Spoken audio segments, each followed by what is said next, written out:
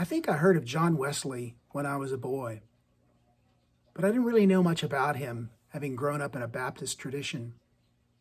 Then as a young Baptist minister, I became more enamored with what we call Calvinism. And as a result of that being enamored by Calvinism and reading Calvinist authors, I realized that John Wesley was a different persuasion. He was an Arminian, and he said things against Calvinist and Calvinism, and yet one of his best friends was the evangelist George Whitefield, who was a Calvinist. It's Whitefield's love for Wesley and vice versa that really got me interested in studying more John Wesley. And when I wrote the book Costly Love, I wanted to see what John Wesley said about love, because for Wesley, love was the defining characteristic of Christian discipleship.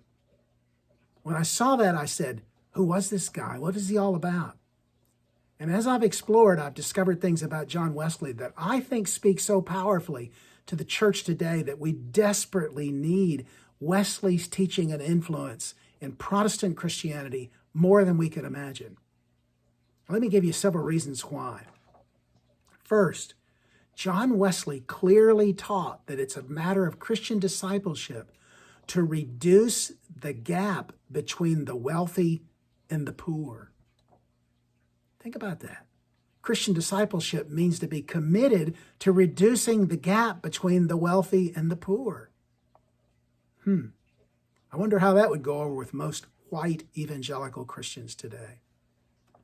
John Wesley said it was our job as Christians to do everything we could to help a person find a job, employment, good wages. Further, John Wesley said we're to help the poorest first, including the introduction of the idea of supporting a living wage. Can you imagine? If a preacher said that today in a white suburban evangelical church, a mega church, how it would be received? Can you imagine saying that to an evangelicalism that is heartily supportive of the grand old party as if this is the party of God? I don't think so.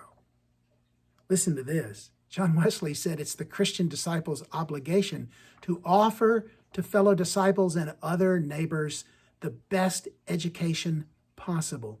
Free education, good education. Wesley's idea of being a true disciple. Let me give you one more. Wesley said we are to help everyone believe that their life can make a real difference. You can make a difference.